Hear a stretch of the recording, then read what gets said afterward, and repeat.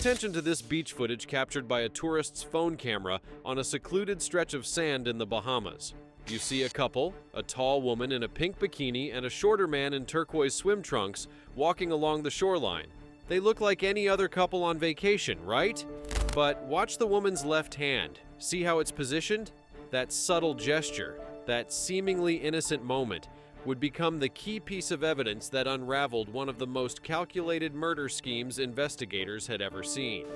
Because less than 6 hours after this footage was recorded, one of these people would be dead. And the other? Well, they were never who they claimed to be at all. You know that feeling when you finally meet someone who just gets you?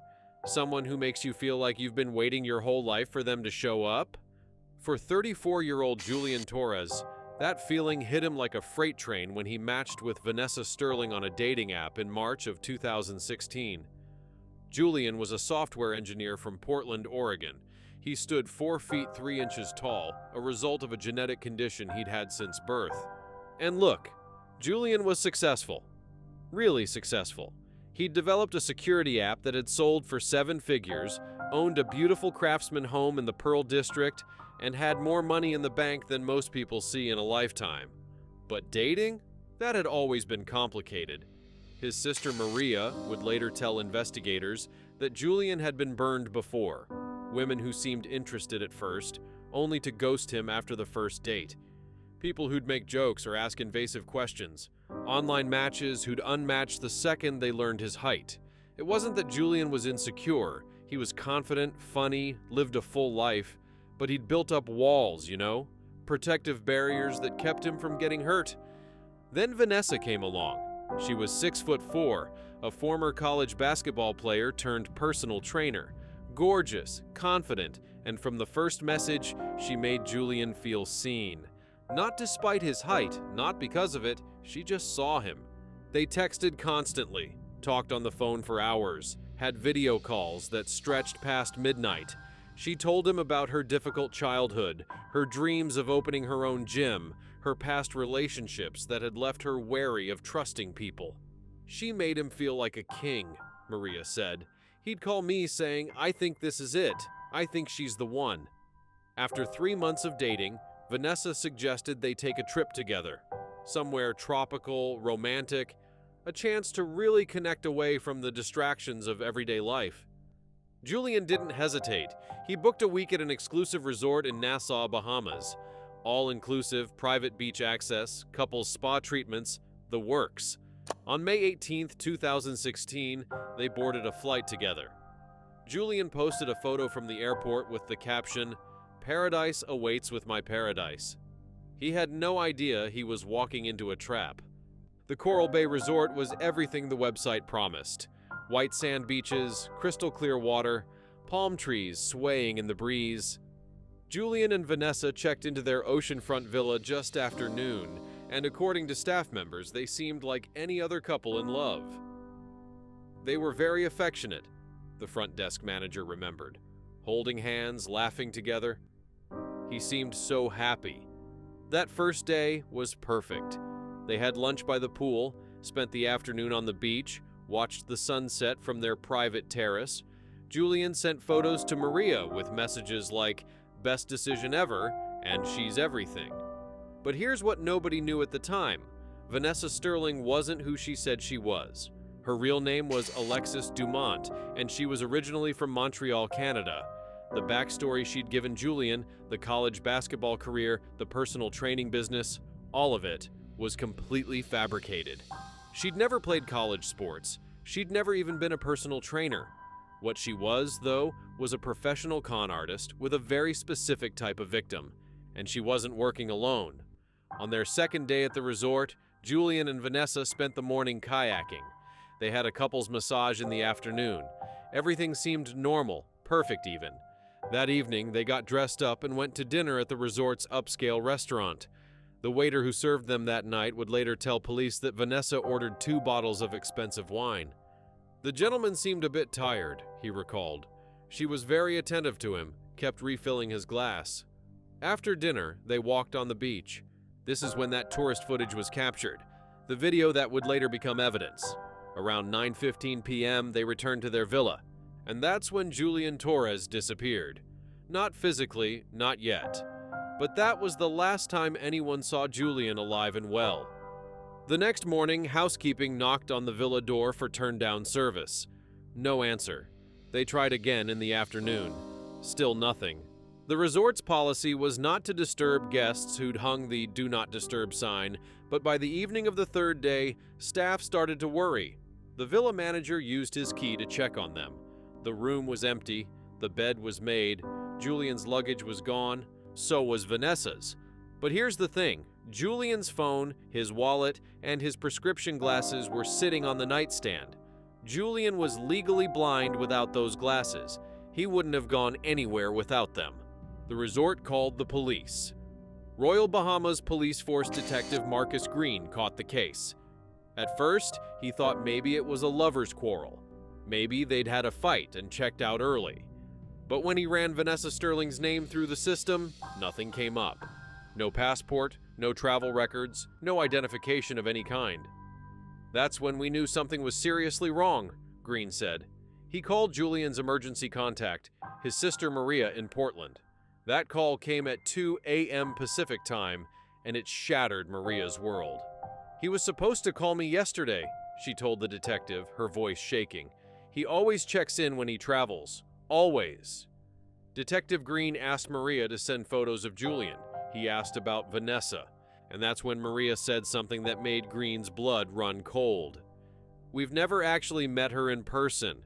He showed me pictures, but they only dated for 3 months before this trip." Green immediately escalated the case. This wasn't a missing person situation anymore. This was looking like something much darker.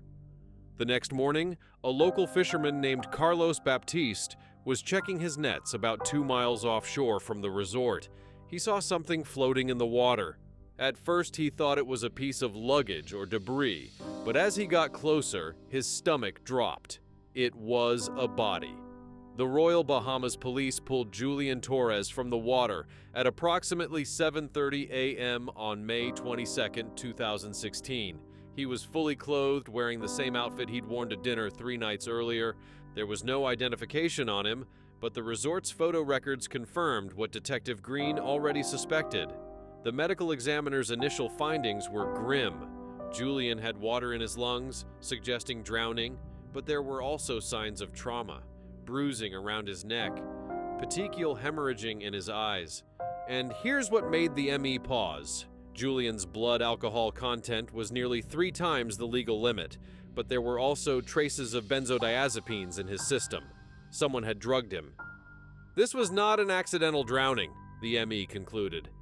This was homicide. While the autopsy was being conducted, Detective Green's team was tearing apart Julian's financial records. And what they found was devastating. Between 10 p.m. on May 20th and 4 a.m. on May 21st, right around the time Julian was likely being murdered, someone had systematically drained his bank accounts, wire transfers to accounts in Panama and the Cayman Islands, cash withdrawals from ATMs in Nassau, credit card purchases at electronics stores and jewelry shops.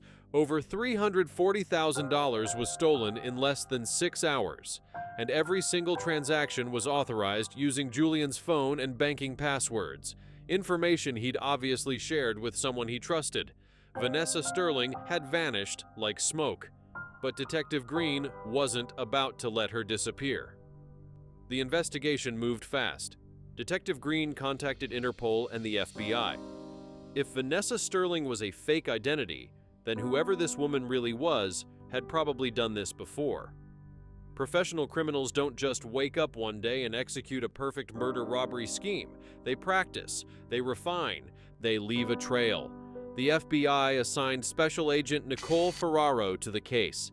Ferraro worked in the cybercrime division, and she specialized in romance scams and identity fraud. When Green sent her everything they had, the dating app messages, the photos Vanessa had sent Julian, the financial records, Ferraro got to work. The dating profile was clean, Ferraro explained. Too clean. The photos were all professionally shot, but when we ran them through facial recognition, we got nothing. That told me these weren't stolen images from social media. This woman had created an entirely new identity specifically for these cons. But everyone makes mistakes, and Vanessa, or whoever she really was, had made one crucial error. In one of the selfies she'd sent Julian during their 3-month courtship, there was a reflection in a mirror behind her. You had to zoom in really close to see it, but there it was, a partial view of a tattoo on her lower back. It was distinctive, a geometric pattern with what looked like floral elements. Ferraro ran that tattoo through the FBI's database. She also posted it on law enforcement networks, asking if anyone had seen it before. For 2 weeks, nothing. Then she got a call from a detective in Miami. "We had a case 3 years ago," the Miami detective said. "Romance scam, wealthy victim, same MO. The woman we were looking for had a tattoo just like that one." The Miami case had gone cold. The victim, a 42-year-old real estate developer named Kenneth Morrison, had met a woman named Lisa Chen on a dating site. She was tall, beautiful, and made him feel amazing. They dated for 2 months, then took a vacation to Cancun. Kenneth never came home. His body was found in a ravine outside the resort, and it looked like he'd fallen while hiking drunk. The Mexican authorities ruled it an accident, but Kenneth's family never believed it. His sister had insisted something was wrong, that Kenneth rarely drank, that this woman Lisa had isolated him from everyone. The insurance company paid out $500,000 on his life insurance policy, a policy Kenneth had changed 2 weeks before the trip, adding Lisa as the beneficiary. By the time investigators realized it was murder, Lisa Chen had disappeared, along with the insurance money. "Is this the same woman?" the Miami detective asked. Agent Ferraro pulled up the photos from the Mexican police report. The woman in those photos looked different. Different hair color, different style, but the bone structure was the same. The height was the same. And when Ferraro found a beach photo from the Mexico trip, there it was again. That same distinctive tattoo. "Oh, we've got a serial killer," Ferraro said. The task force expanded. FBI, Royal Bahamas Police, Miami PD, and eventually authorities from 3 other countries. They started digging through unsolved deaths connected to romance scams. What they found was horrifying. Over 6 years, they identified 5 potential victims across 4 countries. All men, all under 4 foot 6 inches tall, all wealthy. All had met tall, attractive women on dating sites. All had taken tropical vacations with these women. And all had died in what appeared to be accidents: drownings, falls, alcohol-related incidents. But when investigators looked closer at the financial records, the pattern was identical every time. Bank accounts drained, wire transfers to offshore accounts, the women disappearing without a trace. Julian Torres wasn't the first. He was the 6th. "She had a type," Agent Ferraro said. "She targeted successful men with dwarfism or similar conditions, and she exploited something really dark: society's prejudices. She knew these men had probably faced rejection, discrimination. She knew if she made them feel seen, feel valued, they'd trust her completely. It was calculated and cruel." But who was she? The breakthrough came from an unexpected source. One of the electronics purchases made with Julian's stolen credit card was a laptop from a store in Nassau. The store had security footage, and while Vanessa herself wasn't in the video, a man was. A tall guy in his mid-30s who'd bought the laptop using Julian's credit card information on a fake card. Bahamian police circulated his photo.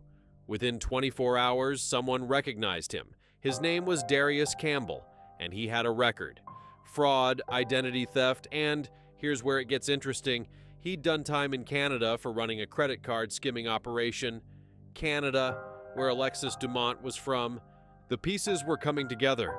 Interpol Montreal pulled Darius Campbell's known associates, and there she was, Alexis Dumont, age 33, 5'4". Wait, 5'4"? That didn't make sense. Vanessa Sterling was 6'4". Unless, Agent Ferraro had a theory. What if there were 2 women? What if Alexis was the mastermind, but she had a partner? someone who fit the physical profile she needed to lure victims. They started looking at Darius Campbell's other connections, and that's when they found her. Simone Mercier, 6'3", former model, and Darius Campbell's girlfriend.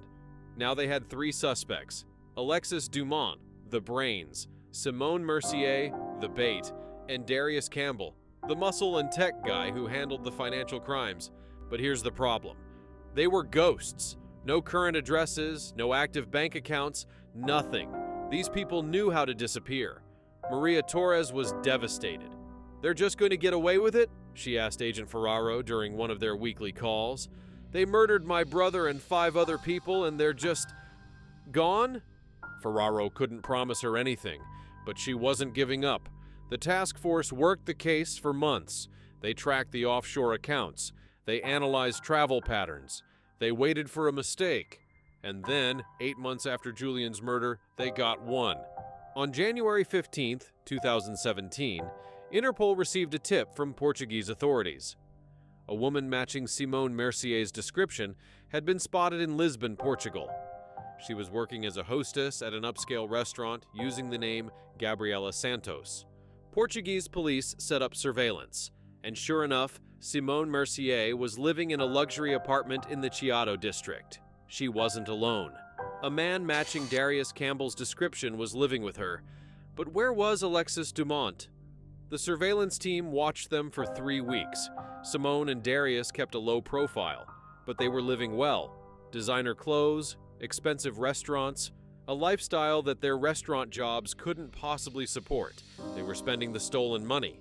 Then, on February 8th, a third person showed up at the apartment, a shorter woman with dark hair. She stayed for 2 hours, and when she left, investigators followed her to a boutique hotel downtown. When they ran her passport, French, under the name Marie Beaumont, facial recognition pinged. It was Alexis Dumont. The task force made their move on February 11, 2017. Coordinated raids in Lisbon hit both locations simultaneously. Simone and Darius were arrested at their apartment. Alexis was taken into custody at her hotel.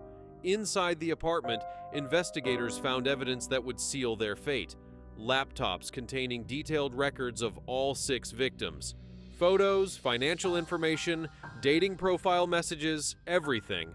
Alexis had kept it all organized in folders labeled with the victims' initials. But that wasn't the most disturbing discovery. In a locked drawer in Alexis's hotel room, police found a burner phone. On it were photos and videos that made even seasoned investigators sick. Videos of Alexis and Darius celebrating after each murder, holding up stolen credit cards like trophies. Photos of Simone posing with their victims, taken right before the murders. And here's the thing that connected everything back to the beginning. Remember that beach footage captured by the tourist in the Bahamas, the one from the pre-intro? Detective Green had obtained that video during the initial investigation by putting out a call for anyone who'd been at the resort during Julian's stay. When they analyzed Simone's body language in that footage, forensic experts noticed something chilling. Her left hand, the gesture I mentioned at the start, she was signaling to someone off camera, one of those subtle signs that meant everything's going according to plan.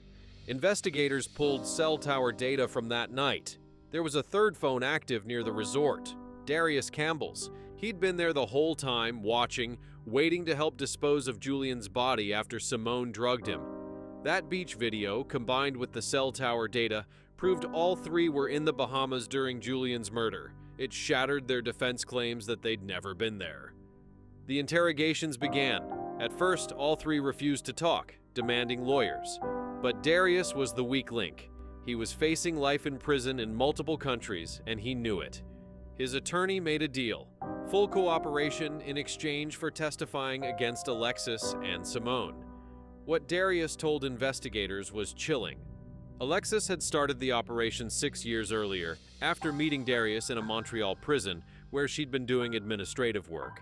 They'd planned it meticulously: create fake identities, target wealthy men with specific physical characteristics, use Simone as the lure because her height and looks made her memorable in all the right ways. They'd researched their victims for months before making contact, learning their habits, their insecurities, their financial situations. Simone would do the dating, weeks or months of building trust, making the victim fall in love. Once the victim was hooked, they'd suggest a vacation somewhere tropical, somewhere where local authorities might be less thorough in investigating tourist deaths. Alexis and Darius would follow separately, staying at different hotels. On the designated night, Simone would drug the victim using prescription benzodiazepines dissolved in their drinks. Once the victim was incapacitated, Darius would help move the body. They'd stage accidents, drownings, falls, anything that would look plausible. While the victim was dying, Alexis would drain their financial accounts using passwords and banking information Simone had collected. The three would leave the area separately, meet up weeks later, and split the money. They'd done this 6 times. 6 families destroyed, 6 lives stolen. It was just business to them, Agent Ferraro said. They didn't see these people as human beings. They were marks, targets, opportunities. The extradition process took months. All 3 were eventually brought back to the Bahamas to face charges for Julian's murder. The evidence was overwhelming. The beach footage showing them together, the cell tower data, Darius's testimony, the videos and photos from their computers, the financial records. Simone tried to claim she was Alexis's victim too, that she'd been coerced. But the prosecution showed those celebration videos, Simone laughing, dancing with stolen jewelry, calling the victims stupid little men in one particularly horrific clip. Alexis maintained her innocence throughout, but her own meticulous record-keeping destroyed any chance of acquittal. The trial began in October 2018 and lasted 6 weeks. Maria Torres attended every single day, sitting in the front row, making sure Alexis, Simone, and Darius had to look at her, had to see the sister of the man they'd murdered. "I wanted them to know that Julian wasn't just a name in their little folder," Maria said. "He was my brother. He was loved. He mattered." The prosecution brought in witnesses from all 6 cases. Families who'd lost fathers, brothers, sons, financial experts who traced the money, forensic specialists who proved Julian and the others had been murdered. When they played that beach footage in court, the video of Simone and Julian walking together, Julian looking so happy, so in love, having no idea he had hours left to live, the entire courtroom went silent. The defense had nothing, no credible alternative theory, no way to explain away the mountain of evidence. On November 14, 2018, the jury deliberated for less than 4 hours. Guilty on all counts. Alexis Dumont was sentenced to life in prison without the possibility of parole. Simone Mercier received the same sentence.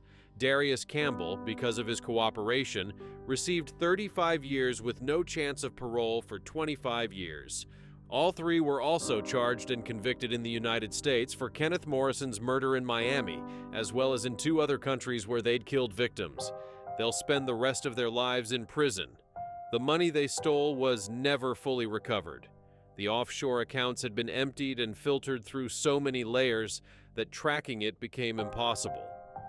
Julian's family received his life insurance payout, but no amount of money could replace what they'd lost.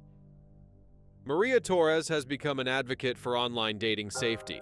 She works with law enforcement agencies to educate people about romance scams, particularly those targeting vulnerable populations. "My brother just wanted to be loved," Maria says. "He wanted what everyone wants: connection, partnership, someone to share his life with. And these monsters exploited that. They exploited his humanity." The Bahamas has since increased its cooperation with Interpol on cases involving tourist deaths. What might have been dismissed as an accident is now investigated more thoroughly. Julian's case changed protocols. Agent Ferraro still keeps the case file on her desk, not because it's open, it's closed, solved, done, but because it reminds her why she does this work. "People think romance scams are just about money," she says. "But cases like this show how dark they can get. These weren't just thieves. They were predators who weaponized love and murdered people in cold blood." The charges against all 3 defendants included first-degree murder, conspiracy to commit murder, fraud, identity theft, extortion, money laundering, and racketeering. In multiple jurisdictions, they were sentenced to consecutive life sentences. Julian Torres was 34 years old when he died. He loved hiking, science fiction novels, and cooking elaborate meals for friends. He'd built a successful career through talent and hard work. He'd dreamed of getting married someday, maybe having kids. He'd wanted what we all want, a chance at happiness.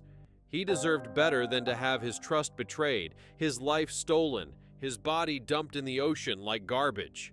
But his family, his friends, and the investigators who fought for him made sure his death meant something. They made sure Alexis, Simone, and Darius would never hurt anyone else. Justice for Julian Torres came too late to save him, but it came, and for his family, that has to be enough.